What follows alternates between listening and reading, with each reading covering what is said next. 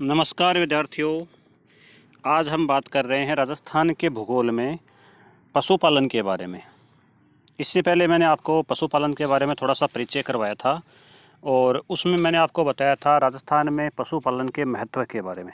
आज हम बात कर रहे हैं राजस्थान में जो पशुपालन है उस जो प्रमुख हमारे पशु हैं उनकी हम बात करेंगे। उससे पहले कुछ हम आंकड़ों की बात कर लेते हैं। राजस्थान जो है वो पशुधन की दृष्टि से बहुत ही समृद्ध है। यहाँ अगर देश की हम बात करें तो देश के कुल पशुधन का लगभग 11 से 12% यहाँ पर पाया जाता है। इसमें अगर हम एक एक करके बात करें तो गाय जो है या गोवंश जिसको हम कहते हैं वो लगभग 7% है। भैंस का प्रतिशत की अगर हम बात करें तो लगभग 12% है। बकरियाँ 16% हैं। भेड़ यहाँ पर 14% देश की। और सबसे अधिक जो प्रतिशत है वो है ऊँट का। आप जानते ही हैं हमारा जो राजस्थान है उसका जो राज्य पशु भी घोषित किया गया पिछले कुछ सालों में, उसमें ऊँट को शामिल किया गया था। और ऊँट राजस्थान में पूरे भारत का लगभग 82% ऊँट यहाँ पर पाए जाते हैं। तो इस प्रकार से हमने जाना कि राजस्थान में जो पशु हैं वो देश के कुल पशुओं के मुकाबले बहुत ही अच्छी मात्रा में यहाँ पर पाए जाते हैं। अब अगर हम बात करें 2012 से 19 के बीच में तुलना करें कि कौन से पशुओं की संख्या में वृद्धि या कमी आई है, तो गोवंश में यहाँ पर वृद्धि दर्ज की गई लगभग 4%। भैंस भी यहाँ पर बढ़ी है लगभग 5%। भेड़ों की संख्या में कमी आई है लगभग 13%। बकरियाँ भी यहाँ पर लगभग 4% कम हो गई हैं। घोड़े और टट्टू की बात करें तो उनमें भी 10% की कमी दर्ज की गई है। ऊँट की बात करें तो ऊँटों की संख्या में भारी कमी दर्ज की गई है। जो ऊँट 2012 में यहाँ पर लगभग 32.6 लाख थे वो कम होकर के 21.3 लाख ही रह गए। इस प्रकार से 35% ऊँटों की कमी दर्ज यहाँ पर की गई है। अगर हम राजस्थान में इन पशुओं का वितरण की बात करें तो लगभग सभी जिलों में ही पशु पर्याप्त मात्रा में मिलते हैं, लेकिन पश्चिमी राजस्थान इस मामले में समृद्ध है। पश्चिमी राजस्थान में जो पशु पाए जाते हैं वो सबसे अधिक मिलते हैं। इन अगर हम जिलों की बात करें तो बाड़मेर, जैसलमेर, जोधपुर, नागौर, पाली, चूरू, अजमेर, जयपुर, भीलवाड़ा, उदयपुर, इन जिलों में सभी में ही प्रत्येक ज़िले में लगभग 20 लाख से अधिक पशु पाए जाते हैं। वहीं इनके बाद अगर हम जिलों की बात करें तो अलवर, चित्तौड़गढ़, गंगानगर, हनुमानगढ़, झुंझुनू, जालौर, राजसमंद, सीकर, टोंक, इन जिलों में 10 से लेकर 20 लाख तक पशुओं की संख्या पाई जाती है। तो वहीं अगर हम एक ज़िले की बात करें कि सबसे अधिक जो पशु हैं वो किस ज़िले में हैं, संख्यात्मक दृष्टि से अगर हम बात करें तो सबसे अधिक जो पशु हमारे यहाँ पर राजस्थान में पाए जाते हैं उनमें पहला स्थान आता है बाड़मेर ज़िले का। बाड़मेर में लगभग 54 लाख पशुधन पाया जाता है। तो सर्वाधिक जो पशु की संख्या है, पशु जनसंख्या जिसको हम कह सकते हैं, पशुधन संख्या कह सकते हैं, वो है बाड़मेर में लगभग 54 लाख। और वहीं अगर हम बात करें कि सबसे कम पशु किस ज़िले में पाए जाते हैं तो ये भी मैं आपको बताता चलूँ कि सबसे कम पशु हमारे यहाँ पर धौलपुर ज़िले में पाए जाते हैं 5,30,000। ये आंकड़े हमारे पास अभी तक 2012 के ही हैं। आप इनको लेटेस्ट पशु गणना से मैच करवा कर देख लें। अगर हम पशुधन के घनत्व की बात कर लें कि प्रति वर्ग किलोमीटर में कितने पशुधन पाए जाते हैं तो उसमें जो सबसे अधिक समृद्ध ज़िला है उसकी मैं आपको यहाँ पर बताता चलूँ कि सबसे अधिक पशुधन घनत्व जो है वो पाया जाता है। यहाँ पर मैं देख पा रहा हूँ कि दौसा का 292 है और 2012 के आंकड़े हमारे पास से राजसमंद का भी 292 है। तो ये दो ज़िले जो हैं वो सबसे अधिक पशुधन घनत्व रखते हैं, दौसा और राजसमंद। यहाँ पर 292 पशु हैं वो प्रति वर्ग किलोमीटर पर पाए जाते हैं। इनके बाद की बात करूँ तो डूंगरपुर भी इनसे बहुत पीछे नहीं है। डूंगरपुर में 289 है, 289। इसके साथ ही अगर हम बात करें सबसे कम जो घनत्व है पशुधन का वो किस ज़िले का है तो यहाँ पर मैं बताता चलूँ आपको कि ये नाम भी जनसंख्या की तरह ही जैसलमेर का है, इसमें भी 83। यहाँ पर भी सबसे कम जो घनत्व है पशुधन में वो किसका है, जैसलमेर का 83। तो इस तरह से हमने थोड़ी सी जानकारी इसकी प्राप्त करी। अब मैं आपको पशुओं के प्रकार और नस्ल की बात करता हूँ, और इसमें जो हम मुख्य पशु हैं उन्हीं की बात करेंगे। आज हम बात कर रहे हैं गोवंश की, केटल की। गोवंश अर्थात गाय और बैल का पशुधन में विशेष महत्व है, क्योंकि ये दूध के साथ साथ कृषि कार्यों में और भार वहन हेतु भी प्रयुक्त होते हैं। हालांकि अब इनका महत्व धीरे धीरे कम हो रहा है। अगर हम बात करें कृषि कार्य या भार वहन की दृष्टिकोण से दूध के लिए, तो अभी भी इनका महत्व है। तो पिछले कुछ जनगणनाओं की अगर मैं बात करूं तो 1992 की जनगणना अनुसार राज्य में 115.96 लाख गोवंश था, और लेटेस्ट मैंने अभी आपको बताया ही है कि 2019 के अनुसार ये बढ़ता बढ़ता 139 लाख गोवंश राजस्थान में इनकी संख्या दर्ज की गई है।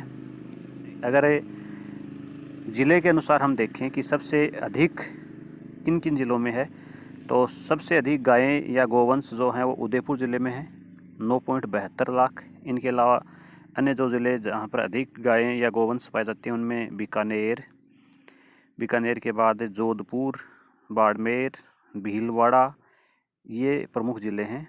इनके अलावा बांसवाड़ा, अजमेर, अलवर, बारां, बूंदी, चूरू, डूंगरपुर, गंगानगर, हनुमानगढ़, जयपुर, जैसलमेर, जालोर, झालावाड़, कोटा, नागौर, पाली, राजसमंद, सीकर, सिरोही एवं टोंक, ये हमारे राजस्थान के प्रमुख ज़िले हैं जहाँ पर गोवंश जो है वो समृद्ध हमारे यहाँ पर पाया जाता है। अब मैं इनकी प्रमुख नस्लों की बात करता हूँ। इसमें आप देखिएगा कि आपके आसपास कौन सी गायें हैं या उनकी नस्लें हैं यहाँ पे मिलती हैं। सबसे पहली नस्ल जो है वह नागौरी बैल का नाम आपने अवश्य सुना होगा। नागौरी वंश की उत्पत्ति का क्षेत्र नागौर जिले का सोहालक ग्राम है। इस नस्ल की गाय दूध कम देती है, लेकिन बैल, जिसकी मैंने अभी चर्चा करी, चुस्त एवं फुर्तीले होने के साथ साथ हल में चलने के लिए भी प्रसिद्ध हैं। इस नस्ल की गाय एवं बैल नागौर जिले में ही अधिक पाए जाते हैं। तो अब धीरे धीरे आपने देखा कि चूँकि ये केवल खेती के काम में ज़्यादा उपयोगी है, तो अब इनका उपयोग धीरे धीरे कम हो रहा है, क्योंकि अब आप जानते हैं ट्रैक्टर या मशीनों से ही खेती का काम किया जाने लगा है। दूसरी नस्ल की मैं बात करूं, ये है थारपारकर। इस वंश की उत्पत्ति का स्थान जो है वो बाड़मेर का मालानी प्रदेश है। इस नस्ल की गायें दुधारू और बैल परिश्रमी होते हैं। यह बाड़मेर, जोधपुर और जैसलमेर जिलों में अधिक मिलती है। तो मालानी जो बाड़मेर का क्षेत्र है वो थारपारकर गायों के लिए प्रसिद्ध है, और ये दूध देने में भी और इनके बैल जो है वो परिश्रम करने में भी यहाँ पर इसके लिए प्रसिद्ध हैं। तीसरी नस्ल की हम बात कर लेते हैं, वो है कांकरेज। यह वंश बाड़मेर, पाली और जालोर जिले के सांचौर तथा बेनाड क्षेत्र में पाया जाता है। तेज चलने और बोझा ढोने दोनों की यहाँ पर इनकी क्षमता होती है। इस वंश के जो गाय और बैल हैं वो बहुत ही पसंद किए जाते हैं। चौथी नस्ल की हम बात कर लेते हैं, वो है मालवी।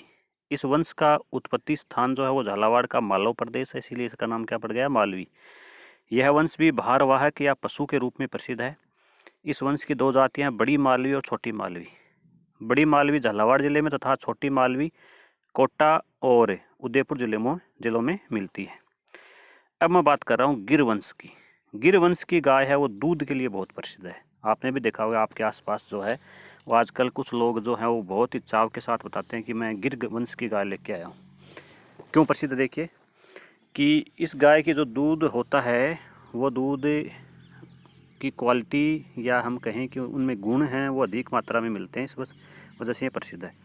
इस वंश की गायें जो है वो अजमेर, भीलवाड़ा और पाली जिलों में पाई जाती हैं। इसे रेडा या अजमेरा भी कहते हैं। अब मैं बात करता हूँ अगले वंश की, और वो है मेवाती। मेवात आप जानते हैं, जो अलवर भरतपुर वाला इलाका है इसको मेवात बोलते हैं। मेवाती या कोठी नस्ल भी बोलते हैं इसको। इसके गाय एवं बैल अलवर जिले के पूर्वी भाग व भरतपुर जिले में मिलते हैं। शांत एवं शक्तिशाली किस्म का यह पशु हल व बोझा खींचने के लिए बहुत ही उपयुक्त रहता है। और अब मैं बात कर रहा हूँ हरियाणवी नस्ल का। इस नस्ल के गाय और बैल दूध एवं भार ढोने की दृष्टि से अच्छे माने जाते हैं। यह नस्ल गंगानगर, सीकर, झुंझुनू, अलवर व जयपुर जिलों में पाई जाती है। तो अब आपको समझ में आया होगा कि हमारे आसपास की गायों की नस्ल कौन सी है। लेकिन आप ये भी जानते हैं कि हमारे पास अब न केवल हमारे आसपास की जो मूल नस्ल है उसकी गायें, बल्कि हम आजकल विदेशी नस्ल की गायें भी यहाँ पर आसपास में पालते हैं। आपने देखा है होलिस्टीन जो हॉलैंड की नस्ल है, आपने अपने घरों में इस प्रकार की नस्ल या और भी कई नस्लें जो विदेशी हैं उनको, जैसे जर्सी का नाम भी आपने सुना है, ये राजस्थान की नस्लें नहीं हैं, लेकिन आपने हमारे आसपास में ये गायें मिल जाती हैं। अगली और हमारे आज की गाय की नस्ल में हम बात कर रहे हैं वो है राठी नस्ल। यह नस्ल राज्य में गंगानगर, बीकानेर और जैसलमेर के उत्तरी पूर्वी भागों में मिलती है। इस नस्ल की गायें अधिक दूध देने वाली होती हैं। इस वंश में साहिवाल, लाल सिंधी व हरियाणवी नस्ल का मिश्रण है, किंतु साहिवाल का अंश अधिक है। तो ये 8 किस्में जो मैंने आपको बताई हैं, ये राजस्थान की प्रमुख गायों की नस्लें हैं। और इसके अलावा जो मैंने आपको बताया जर्सी है या फिर होलिस्टीन है, ये हमारे राजस्थान की नस्लें नहीं हैं, ये विदेशी नस्लें हैं जिनकी गायें हम अब यहाँ पर भी पालते हैं। अब हम कुछ जो राजस्थान या हमारे सरकार द्वारा चलाई गई नस्ल सुधार योजनाएं हैं उनकी बात कर लेते हैं। गोवंश के सुधार योजनाओं का उद्देश्य नस्ल सुधार एवं पशुपालकों की सहायता करना है। राज्य में गोवंश सुधार हेतु राज्य सरकार ने कई कार्यक्रम चला रखे हैं, जैसे देसी गोवंश नस्ल सुधार कार्यक्रम, गोपाल कार्यक्रम, कामधेनु योजना, गाय एवं भैंस विकास परियोजना, पशु प्रजनन कार्यों का पुनर्गठन। ये कुछ योजनाएं हैं हमारे यहाँ पर जो चलाई गई हैं। तो मैं उम्मीद करता हूँ कि आपको इन नस्लों से अच्छी जानकारी प्राप्त हुई होगी। अगर एक छोटे प्रश्न में आपको इस साल के लिए प्रश्न मिलता है तो आप इसका उत्तर अवश्य लिख सकेंगे। आप इसको अपने नोटबुक में नोट कर लीजिए 8 की 8 नस्लों को। इसके अलावा अगर इस साल ये प्रश्न नहीं पूछते हैं तो भी आपको भविष्य में ये प्रश्न ज़रूर पूछा जा सकता है कि जैसे एक प्रश्न आप ये बना दें कि निम्नलिखित में से राजस्थान में पाए जाने वाली गाय की नस्ल नहीं है, और मान लीजिए आपको प्रश्न दे दें ऑप्शन ए में थारपारकर, बी में कॉन्करेज, सी में गिर और डी में चोकला। तो आपने अभी जो 8 नस्लें पढ़ी हैं उनमें आपने देखा चोकला नाम नहीं था। फिर ये चोकला कहाँ से आया, ये हम आगे पढ़ेंगे। ये एक भेड़ की नस्ल है, हालांकि ये राजस्थान में ही और हमारे शेखावाटी क्षेत्र में ही पाई जाती है, लेकिन ये गाय की नस्ल नहीं है। या हो सकता है कि एक प्रश्न आपको ये दे दें कि निम्नलिखित में से राजस्थान में पाई जाने वाली गाय की नस्ल नहीं है, या राजस्थान की मूल नस्ल नहीं है। ऑप्शन आपको दें राठी, हरियाणवी, मेवाती, जर्सी, तो निश्चित रूप से आपका उत्तर होगा जर्सी, क्योंकि ये अमेरिकन नस्ल है। हालांकि राजस्थान में गायें हैं लेकिन ये राजस्थान की मूल नस्ल नहीं है। तो इस तरह से मैं उम्मीद करूँगा कि आपको आज का जो टॉपिक है वो अच्छी तरह से समझ में आ गया होगा। अब मैं आपको विद्यार्थी बताता हूँ कि अभी तक राजस्थान सरकार ने, कई बच्चे पूछते रहते हैं कि सर हम कॉलेज आ सकते हैं क्या, हम कॉलेज कब आएँ, हमारी नियमित कक्षाएं कॉलेज में कब लगेंगी। तो राजस्थान सरकार ने अभी तक जो कोरोना गाइडलाइन है उसके अंतर्गत कॉलेजें विशेष रूप से BA पार्ट प्रथम वर्ष नहीं खोलने का और द्वितीय वर्ष वो नहीं खोली हैं। तो इसका मतलब ये नहीं है कि आप कॉलेज नहीं आ सकते। आप अपनी समस्याओं के समाधान के लिए कभी भी कॉलेज आ सकते हैं। आप हमसे कांटेक्ट भी कर सकते हैं। आप जो नोट्स बनाते हैं उनको व्हाट्सएप के द्वारा हमें शेयर करते रहें, ताकि हम देखें कि आप नियमित रूप से पढ़ते हैं कि नहीं पढ़ते हैं। अभी तक हमने देखा है कि आप जो वीडियो देखते हैं वो भी संख्या बहुत कम है। तो अगर आप वीडियो नहीं देखेंगे तो लगभग पूरा साल आपका, इस साल तो ऐसे ही पढ़ाई चलती रही है, फिर आपकी पढ़ाई कैसे होगी। आप निरंतर अगर हमसे जुड़ेंगे तभी हम ये जान पाएंगे कि आप पढ़ते हैं और आपने कितना पढ़ लिया है। अब जैसे ही कॉलेज खुलती है, मान लीजिए सरकार 1 फरवरी से कॉलेज खोल देती है, तो हम नियमित रूप से पढ़ेंगे, लेकिन जो पढ़ाई चलेगी उसको भी आपको निश्चित रूप से नोटबुक में नोट करते रहना चाहिए, ताकि जो समय हमारा निकल गया है जुलाई से लेकर अभी जनवरी लास्ट फरवरी मानिए, तब तक का हम कवर कर सकें। क्योंकि जब मान के चलिए कि परीक्षाएं तो होंगी ही, मई या जून मान सकते हैं आप, तो आने वाले फरवरी, मार्च, अप्रैल और मई, अधिकतम आपको 3 से 4 महीने मिलेंगे हमारे, अगर 1 फरवरी से कॉलेज खुलती हैं तो उनमें जो पढ़ चुके हैं वो, अगर आपको जो समझ में नहीं आया उतना तो हम पढ़ा सकते हैं दोबारा, लेकिन आप कहें कि शुरू से पढ़ा दें वो अब 3 या 4 महीने में संभव नहीं होगा।